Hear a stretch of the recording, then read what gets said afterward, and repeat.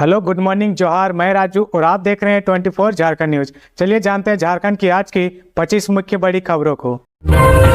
सुभाष मुंडा हत्याकांड का थम नहीं रहा आक्रोश। साजिशकर्ता के खुलासे की मांग को लेकर सीपीएम ने किया विरोध प्रदर्शन। सीपीएम नेता सुभाष मुंडा की हत्या का खुलासा होने के बाद भी दालादिली क्षेत्र में आम लोगों का आक्रोश जारी है। अपराधियों को फांसी की सजा देने की मांग को लेकर शनिवार को माकपा कार्यकर्ताओं और समर्थकों ने सुभाष मुंडा चौक दालादिली पर प्रदर्शन कर जमकर नारेबाजी की। माकपा के राज्य कमेटी सदस्य सुरेश मुंडा ने कहा कि सुभाष मुंडा हत्याकांड का खुलासा हुआ है, लेकिन साजिशकर्ता बेनकाब नहीं हुए हैं। न्याय मिलने तक सीपीएम का संघर्ष जारी रहेगा। सुभाष मुंडा की हत्या कारोबार के साथ साथ राजनीतिक भी है, इसलिए मुख्य साजिशकर्ता के सामने आने तक हम चैन से नहीं बैठेंगे और इसके लिए सीपीएम का संघर्ष जारी रहेगा। उन्होंने कहा कि दालादिली चौक अपराधियों का अड्डा बन गया है। अपराधियों का नियंत्रण के लिए दालादिली में जल्द से जल्द पुलिस चौकी का निर्माण होना चाहिए। मिली जानकारी के अनुसार दालादिली स्थित उनके ऑफिस में घुसकर अपराधियों ने उनकी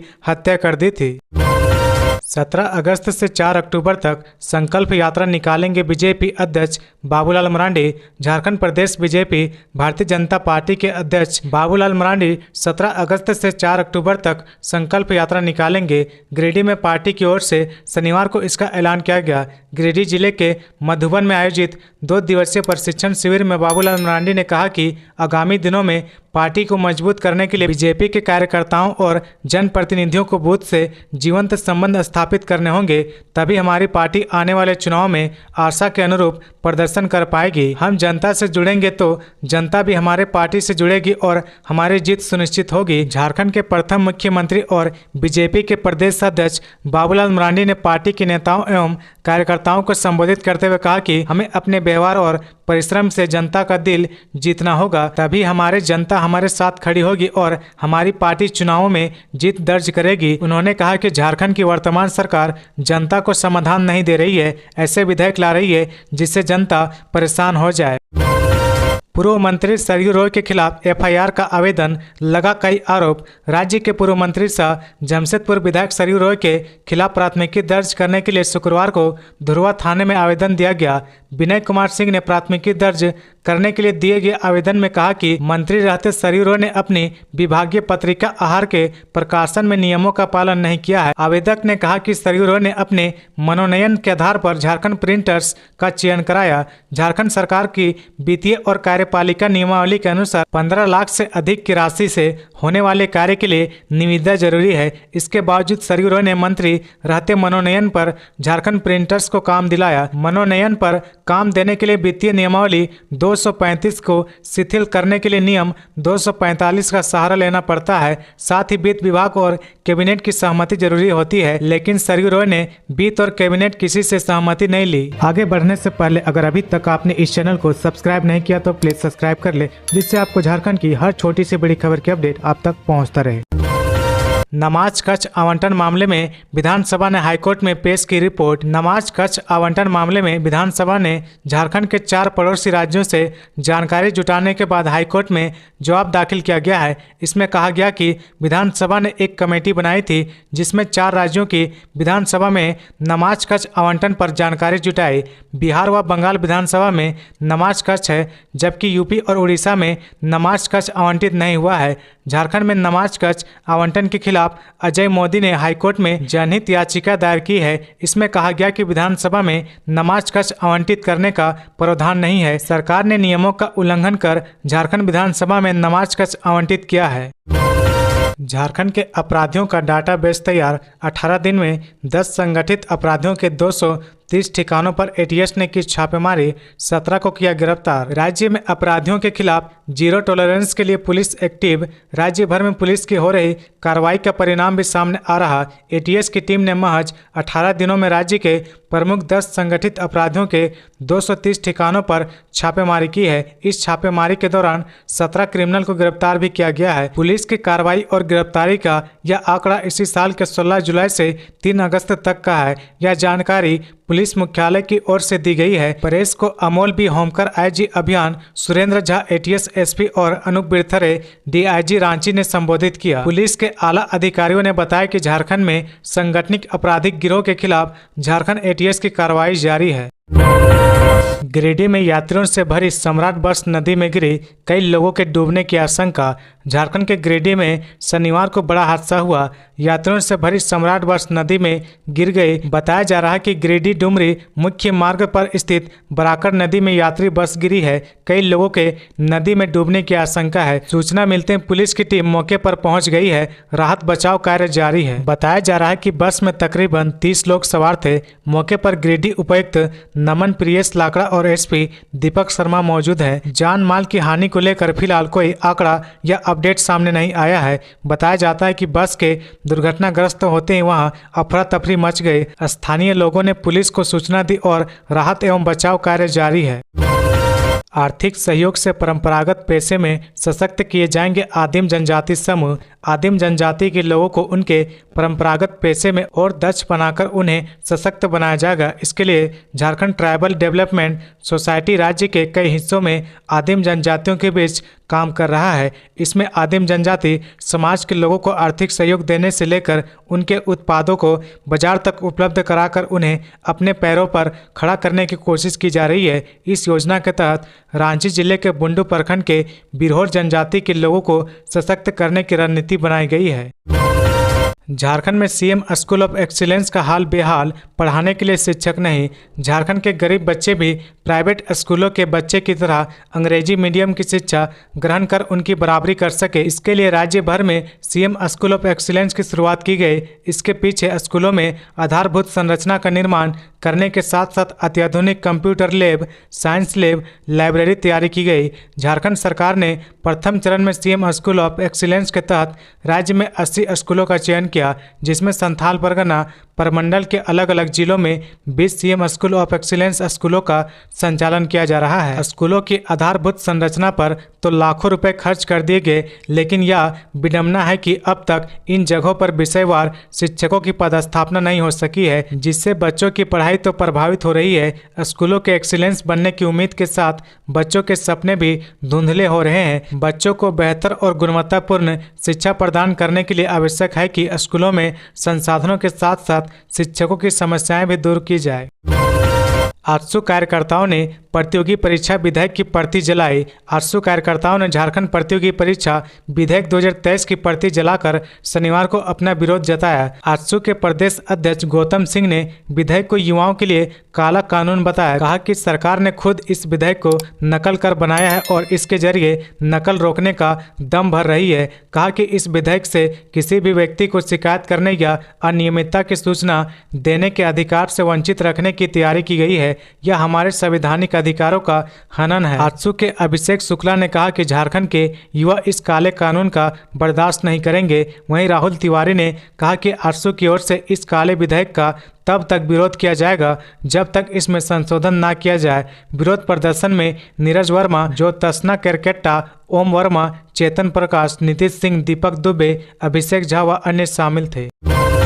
जनजातीय युक्तियों से विवाह कर आरक्षण का लाभ लेना असंवैधानिक, बजरंग दल की बैठक में बोले बीएचपी के मिलिंद परांडे। विश्व हिंदू परिषद की युवा शाखा बजरंग दल की 2 दिवसीय राष्ट्रीय बैठक झारखंड की राजधानी रांची के हरमू रोड स्थित गौशाला के समीप स्थित दिगंबर जैन भवन में शनिवार से शुरू हुई। मुख्य वक्ता के रूप में विश्व हिंदू परिषद के केंद्रीय महामंत्री मिलिंद परांडे ने कहा कि हरियाणा के मेवात में हिंदू धर्म यात्रा में शामिल श्रद्धालुओं पर आधुनिक हथियार से गोली चलाना, पेट्रोल बम फेंकना, महिलाओं के साथ क्रूरता व अत्याचार करना दुर्भाग्यपूर्ण है। उन्होंने कहा कि हिंदू समुदाय के अनुकूल वातावरण बनने के कारण जिहादियों में उबाल का कारण है। आज उत्तर प्रदेश, दिल्ली, पंजाब, हरियाणा, असम, पश्चिम बंगाल, बिहार, झारखंड एवं बांग्लादेश के सीमा क्षेत्र घुसपैठ के बड़े केंद्र बन गए हैं। जनजातीय युक्तियों से विवाह कर आरक्षण का लाभ लेना असंवैधानिक है।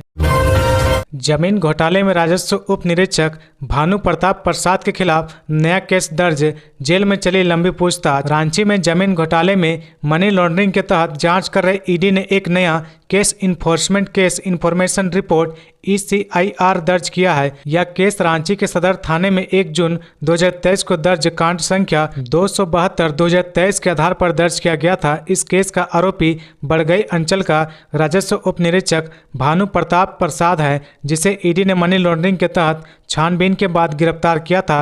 इसके बाद ही वह रांची के होटवार स्थित बिरसा मुंडा केंद्रीय कारा में बंद है। ईडी ने 13 अप्रैल व 26 अप्रैल को भानु प्रताप प्रसाद के आवास में छापेमारी की थी, जिसमें उनके आवास से ईडी ने बड़गई अंचल से संबंधित 17 सरकारी दस्तावेज बरामद किए थे। उक्त दस्तावेज को भानु प्रताप ने अपने यहां अवैध तरीके से रखा था। सभी पंजी 2 में हेराफेरी की पुष्टि हुई थी। इन सभी दस्तावेजों को भानु प्रताप प्रसाद ने अपने आवास में रखे 11 अलग अलग ट्रकों में रखा था।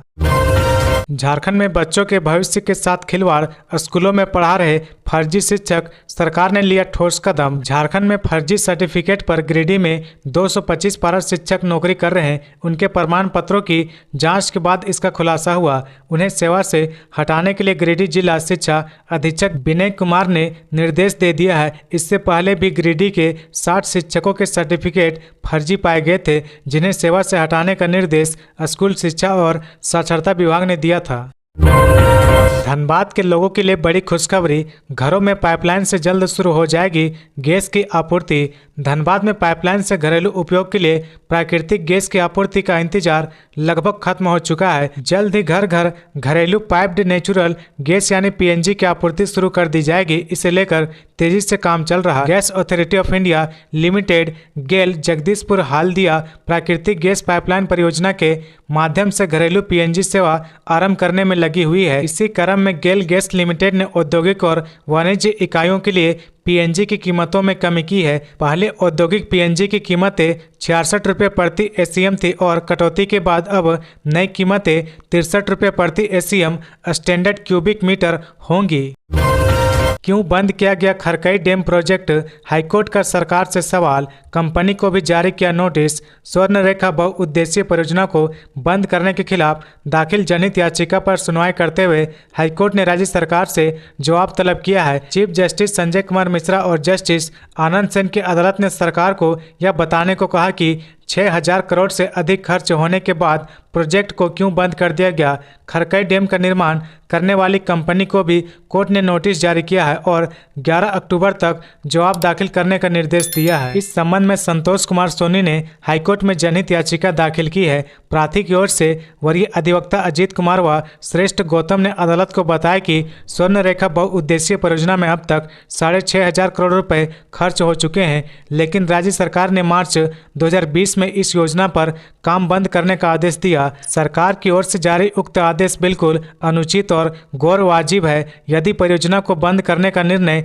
लिया गया तो सरकार को दोगुनी राशि केंद्र सरकार को दंड के तौर पर देनी होगी। ऐसे में वर्तमान सरकार की ओर से अचानक से इस परियोजना का काम बंद करने का कोई औचित्य नहीं है। लोकसभा चुनाव में झारखंड बिहार की 54 सीटों पर INDI की होगी जीत, बोले झारखंड जेएडीयू के प्रभारी डॉक्टर अशोक चौधरी। बिहार के भवन निर्माण मंत्री व झारखंड जेएडीयू के प्रभारी डॉक्टर अशोक चौधरी ने कहा कि बिहार की 40 और झारखंड की 14 लोकसभा सीटों पर महागठबंधन की जीत होगी। INDI की दावेदारी 54 सीटों पर जीत की है। राहुल गांधी को प्रधानमंत्री का उम्मीदवार बनाए जाने के सवाल पर उन्होंने कहा कि यह गठबंधन तय करेगा कि कौन पीएम का उम्मीदवार होगा। इधर 1932 आधारित स्थानीय नीति और नियोजन नीति पर डॉक्टर अशोक चौधरी ने कहा कि पार्टी का एक प्रतिनिधिमंडल सीएम हेमंत सोरेन से मिलकर अपनी बातों को रखेगा। चुनाव के वक्त स्थानीय नीति को लेकर संगठन की जो राय बनेगी उसको चुनावी घोषणा पत्र में शामिल किया जाएगा। वे शनिवार को राजकीय अतिथिशाला में प्रेस को संबोधित कर रहे थे। अब हाईवे से नहीं भाग पाएंगे अपराधी, इंस्पेक्टर के जरिए पुलिस लगाएगी पता। अब अपराध को अंजाम देकर अपराधियों का हाईवे से होकर भाग निकलना आसान नहीं होगा। जल्द ही पुलिस इंस्पेक्टर के माध्यम से अपराधियों का पता लगा लेगी। इसके लिए हाईवे पर इन वाहनों को खड़ा किया जाएगा। इससे तेज रफ्तार वाहनों के नंबरों का फोटो भी लिया जा सकेगा। जिस वाहन से अपराधी फरार हुए होंगे वह नंबर पुलिस को तत्काल ही कंट्रोल रूम तक भेज दिया जाएगा ताकि अपराधियों को हाईवे पर ही घेर लिया जाए। झारखंड पुलिस द्वारा 10 नए इंस्पेक्टर वाहन को मंगाया जा रहा है। गाड़ी में ऐसा कैमरा है जो तेज रफ्तार से जाने वाले वाहनों के नंबर की फोटो लेने के साथ ही उसका मैसेज कंट्रोल रूम में देता है। आधुनिक मशीन से 700 मीटर दूर से वाहन को कैप्चर कर लिया जाएगा। करीब 2.15 मीटर से वाहन के नंबर और अन्य चीजें साफ फुटेज में आ जाती है। पुलिस सूत्रों के अनुसार आने वाले 10 वाहनों को हाईवे के जिलों में दिया जाएगा। इसे इन इलाकों में खड़ा किया जाएगा जहां से टोल ब्रिज की दूरी अधिक है। इससे आने जाने वाले वाहनों पर नजर रखी जाएगी। झारखंड सरकार ने घाटा कम दिखाने के लिए सही वित्तीय आंकड़ा नहीं दिया। इन 2 योजनाओं में पाई गई भारी गड़बड़ी। राज्य सरकार ने वित्तीय वर्ष में 2021-22 में घाटा कम दिखाने के लिए सही वित्तीय आंकड़ा नहीं दिया है। 74वें संविधान संशोधन के कार्यवान के अनुरूप राज्य वित्त आयोग का गठन देर से किया गया। 4 आयोग में से सिर्फ एक ने ही अपनी अनुशंसा भेजी। ड्रेनेज, सीवरेज और हरमू नदी जीर्णोद्वार की योजनाओं में बड़े पैमाने पर गड़बड़ी पाई गई है। राज्य सरकार द्वारा अपने नियमों में किए गए निवेश का कोई लाभ नहीं मिला। प्रधान महालेखाकार उदय शंकर प्रसाद ने विधानसभा में ऑडिट रिपोर्ट पेश किए जाने के बाद आयोजित प्रेस वार्ता में ये बातें कही। राज्य सरकार के वित्तीय प्रबंधन का उल्लेख करते हुए श्री प्रसाद ने कहा कि वित्तीय वर्ष 2021-22 के दौरान सरकार ने 6,943.94 करोड़ रुपए का राजस्व सरप्लस और 2,604.21 करोड़ रुपए का राजकोषीय घाटा बताया। हालांकि ऑडिट के दौरान सरकार द्वारा दिए गए आंकड़े सही नहीं पाए गए हैं। पटना हावड़ा वंदे भारत का ट्रायल शुरू, देखने के लिए उमड़ी भीड़। बिहार को पटना रांची वंदे भारत एक्सप्रेस की सफलता के बाद अब पटना से हावड़ा के लिए वंदे भारत एक्सप्रेस शीघ्र ही परिचालन शुरू होगा। इसका शनिवार को ट्रायल परिचालन भी किया गया। ट्रायल परिचालन के दौरान पटना से हावड़ा के बीच चलने वाले इस दूसरी वंदे भारत एक्सप्रेस शनिवार को लखीसराय पहुंची। यहां पर स्थानीय लोग उसे देखने के लिए सुबह से ही खड़े थे। ट्रेन के स्टेशन पर पहुंचने पर स्टेशन पर खड़े लोगों ने सेल्फी लेने लगे। मिली जानकारी के अनुसार पटना हावड़ा रूट पर परिचालन के लिए वंदे भारत एक्सप्रेस के 8 कोच मंगलवार की दोपहर 11:05 में पटना जंक्शन पर पहुंच गई थी। यह ट्रेन जंक्शन के 2 नंबर प्लेटफॉर्म के मेन लाइन पर पहुंची। शाम में यह ट्रेन राजेंद्र नगर टर्मिनल के कोचिंग कॉम्प्लेक्स में पहुंची। वंदे भारत एक्सप्रेस लखीसराय स्टेशन पर सुबह 9:15 पर आकर रुकी व 2 मिनट ठहराव के बाद हावड़ा के लिए रवाना हो गई। क्यूल में ठहराव नहीं होने के कारण थ्रू सिग्नल से पासिंग कराएगा। वंदे भारत की ट्रायल को लेकर लखीसराय रेलवे स्टेशन पर आरपीएफ एवं जीआरपी के अलावा किऊल रेल प्रशासन के सीनियर अधिकारी भी तैनात थे। पटना से खुलने के बाद वंदे भारत ट्रेन लखीसराय स्टेशन पर ही रुकी। यहां से खुलने के बाद झाझा जसीडीह होते हुए आसनसोल से हावड़ा पहुंचेगी। ट्रेन का रेगुलर परिचालन आगामी 15 अगस्त से होने की संभावना है। स्थानीय लोगों का कहना है कि जनशताब्दी एक्सप्रेस से कम समय में पटना से हावड़ा जाने वाली इस ट्रेन के परिचालन से लोगों को अलग अलग स्टेशन तक पहुंचने में काफ़ी सुविधा होगी। रिम्स में कृत्रिम दांत लगाने की सुविधा होगी शुरू, दुरुस्त की जा रही आधारभूत संरचना। रिम्स के डेंटल कॉलेज के प्रोथोडोंटिक्स विभाग में कृत्रिम दांत लगाने की सुविधा सितंबर से शुरू हो जाएगी। इसके लिए लैब की आधारभूत संरचना दुरुस्त की जा रही है। इसके बाद फिक्स दांत बनाने वाली मशीन को इंस्टॉल कर दांत लगाने का कार्य शुरू कर दिया जाएगा। वर्तमान में फिक्स दांत के लिए मरीजों को निजी क्लिनिक में जाना पड़ रहा, जहाँ एक दांत के लिए 2 से 2,500 रुपये लिए जाते हैं। इधर डेंटल लैब में डेंचर वाले कृत्रिम दांत की सुविधा उपलब्ध है। डेंचर वाले दांत की सुविधा मरीजों को मुफ्त में उपलब्ध कराई जा रही है। वहीं फिक्स कृत्रिम दांत की सुविधा भी न्यूनतम दर पर मरीजों को उपलब्ध कराने की योजना है। डॉक्टरों का कहना है कि रिम्स प्रबंधन से इसकी सुविधा भी निःशुल्क करने का आग्रह किया जाएगा। वर्ल्ड क्लास होगा हटिया रेलवे स्टेशन, आनंद विहार की तर्ज पर बनेगा पिस्का। अमृत भारत स्टेशन योजना के तहत हटिया व पिस्का स्टेशन को विकसित किया जाएगा। प्रधानमंत्री नरेंद्र मोदी 6 अगस्त को इसका ऑनलाइन शिलान्यास करेंगे। ये बातें शुक्रवार को डीआरएम प्रदीप गुप्ता ने प्रेस वार्ता में कही। उन्होंने कहा कि योजना के तहत देश के 1309 स्टेशनों का चयन किया गया था। इसमें रांची रेल डिवीजन के 15 स्टेशन शामिल है। हटिया स्टेशन एयरपोर्ट की तर्ज पर 355 करोड़ से वर्ल्ड क्लास स्टेशन के रूप में विकसित होगा। वहीं 27 करोड़ से पिस्का स्टेशन को आनंद विहार स्टेशन की तर्ज पर विकसित किया जाएगा। पिस्का स्टेशन का निर्माण सैटेलाइट स्टेशन के रूप में किया जाएगा। वर्तमान में लोधमा पिस्का लाइन का निर्माण हो रहा है। इसके बनने से राउरकेला से आने वाली ट्रेन हटिया होते हुए पिस्का चली जाएंगी। ट्रेन को रांची स्टेशन नहीं जाना होगा। डीआरएम ने कहा कि योजना के तहत हटिया स्टेशन का भवन G4 होगा। इसमें तीसरा व चौथा तल्ला कॉमर्शियल होगा। इसमें 10 लिफ्ट और 6 स्वचालित सीढ़ी लगी होंगी। झारखंड में 9 व 10 अगस्त को खेल प्रतियोगिता का होगा आयोजन। विश्व आदिवासी दिवस 9 अगस्त को है। झारखंड की हेमंत सोरेन सरकार इसे झारखंड आदिवासी महोत्सव के रूप में आयोजित कर रही है। इस आयोजन को भव्य बनाने की तैयारी की जा रही है। इसी के तहत हॉकी व फुटबॉल समेत विभिन्न खेलों का भी आयोजन किया जाएगा और विजेता टीमों को पुरस्कृत किया जाएगा। इसमें भाग लेने के लिए नियम और शर्तें हैं। आप अगर इन शर्तों को पूरा करते हैं तो आप इसमें शामिल हो सकते हैं। हॉकी, फुटबॉल, एथलेटिक्स व तीरंदाजी प्रतियोगिता में विजयी टीमें पुरस्कृत की जाएंगी। इन खेलों में भाग लेने के लिए कोई आयु सीमा नहीं है। किसी भी उम्र के खिलाड़ी इसमें भाग ले सकते हैं। गैंगस्टर प्रिंस खान के लिए रंगदारी वसूलने वाले 2 अपराधियों को एटीएस ने किया गिरफ्तार। एटीएस की धनबाद में एंट्री होते ही प्रिंस खान के गुर्गे के खिलाफ कार्रवाई तेज हो गई है। अभी हाल ही के दिनों में एटीएस की लगातार कार्रवाई से 5 अपराधी पुलिस के हाथ लगे हैं। इन्हें जेल भेज दिया गया है। इसी क्रम में गुरुवार को एटीएस और धनबाद पुलिस ने संयुक्त कार्रवाई में डिम्पी उर्फ दानिश मालिक व तनवीर तस्लीम उर्फ किशन खान को गिरफ्तार किया है। बैंक मोड़ पुलिस ने डिम्पी को शुक्रवार को जेल भेज दिया। वहीं किसान खान से पूछताछ जारी है। वासेपुर निवासी पूछताछ में डिम्पी ने पुलिस के सामने कई खुलासे किए हैं। उसने बताया कि वह प्रिंस खान के लिए काम करता है। वह रंगदारी के पैसे जमीन कारोबार में निवेश करता है। तो ये थी आज की झारखंड की टॉप बड़ी खबरें। इसी तरह झारखंड की हर छोटी सी बड़ी खबर देखने के लिए आप हमारे चैनल 24 झारखंड न्यूज को सब्सक्राइब करके बेल आइकन प्रेस कर ले, जिससे आपको झारखंड की हर छोटी सी बड़ी खबर की अपडेट आप तक पहुंचता रहे। तो आज के लिए बस इतना ही। हमें दीजिए इजाजत, फिर मिलते हैं नेक्स्ट न्यूज में।